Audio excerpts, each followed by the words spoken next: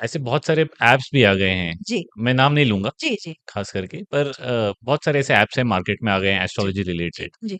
तो लोगों को वो यूज़ करना चाहिए, नहीं यूज़ करना चाहिए? मेरे हिसाब से यदि सिर्फ मेरी राय पूछते हैं आप, तो ऐप्स मतलब कुंडली बनाने के लिए या रिजल्ट के लिए? रिज़ल्ट के साथ देते हैं। आजकल तो हाँ, एआई भी आ गया है उसमें। हाँ।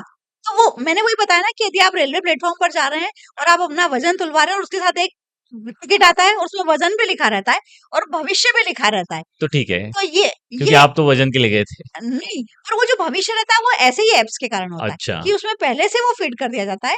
उनको कोई मतलब नहीं, जैसे कि मैं यदि पर्सनली किसी को बता रही हूँ, तो कई बार क्या हुआ कि जातक आया, तो जातक मतलब क्लाइंट जो आया, क्लाइंट है। जो पत्रिका दिखाने वाला आया। अब है ना, हम जब ज्योतिष लोग होते हैं तो हम अपने ऑफिस में बैठे, उसने जब प्रवेश किया, वहां से लेकर उसके आकर बैठने तक हम उसको देखते हैं। देखा, उसके चेहरे पर क्या भाव आ रहे हैं, उसका जो चेहरा है वो हमको आधी बातें ऐसी बता देता है। अच्छा, हाँ, कि ये अपने मन में क्या प्रश्न लेकर आ रहा है, क्या दुविधा लेकर आ रहा है, इसको हम पे विश्वास है भी कि नहीं है, या ये परीक्षा लेने आ रहा है, या क्या है, या ये वास्तव में तकलीफ में है क्या? हाँ, ये चीजें हम, तो ये काम एक मनुष्य कर सकता है, ये ऐप नहीं कर ऐप नहीं सकती, कर सकता है। है ना? ऐप तो आपको क्या रिजल्ट देगा, जो ऑलरेडी उसमें फीड है, जो उसको पहले से बताया गया है कि भाई यदि ये राशि आती है, ये नंबर आता है, तो आपको ये रिजल्ट दे देना है ना? पर वो मनुष्य के आत्मा में झांक कर, उसके मन में झांक कर नहीं पढ़ सकता। बस ये फर्क है। कई बार होता है कि ऐप में लिखा हुआ बहुत 100% सच हो जाता है, जो कि एक अच्छा, ज्योतिष भी नहीं बता पाता।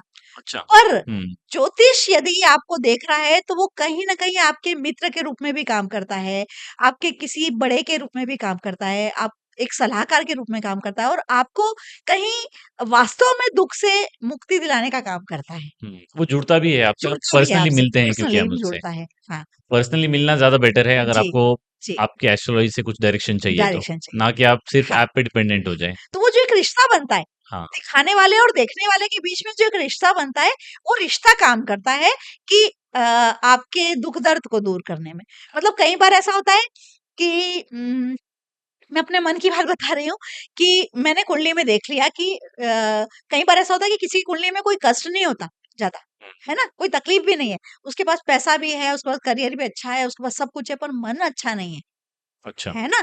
वो दुखी ही है। इससे शिकायत है, उससे शिकायत है, ये है, वो है। तो फिर हम क्या करते हैं, फिर हम ग्रहों की बात करने के बजाय हम उसके मन को सुधारने का काम करते हैं। हम उससे बहुत प्यार से बात करते हैं। उसके अंदर की मन की थाह लेने की कोशिश करते हैं कि इसके मन की कुछ बातें ऐसी बाहर निकलें, जो वो किसी को नहीं बता रहा है। क्योंकि बहुत सारे सामाजिक बंधन भी होते हैं, है ना? वो अपने परिवार में किसी को बताएगा तो सब उसको जज करेंगे कि अरे! ऐसा कोई होता है क्या? या तुम ऐसे हो, तुम खराब हो। पर यदि वो किसी ज्योतिष के पास आया है, वो अपना समझ कर आया है और हम उसके कुछ नहीं लगते, हम उसके परिवार तक जाके ये बातें नहीं कहेंगे या उसकी सोसाइटी में जाकर ये बातें नहीं कहेंगे, है ना? हम उसको जज नहीं करेंगे। हुँ, क्यों? क्योंकि वो हमारे पास निदान के लिए ही आया है। हाँ, समस्या के हल के लिए ही आया है। तो हम उससे इतने प्यार से बात करते हैं और उसके मन की बात बाहर निकलती है। और जब वो बात बाहर निकलती है तो उसका मन हल्का हो जाता है। आधा सॉल्यूशन तो वही हो जाता वही है। हो जाता है। तो जब आपने ऐप की बात की ना, ऐप ये नहीं कर पाएगा, हुँ, पर एक मनुष्य, एक अच्छा समझदार ज्योतिष ये काम कर सकता है। इसलिए ज्योतिष के पास जाना ही ज़्यादा सही अच्छा है। है, सही होता है।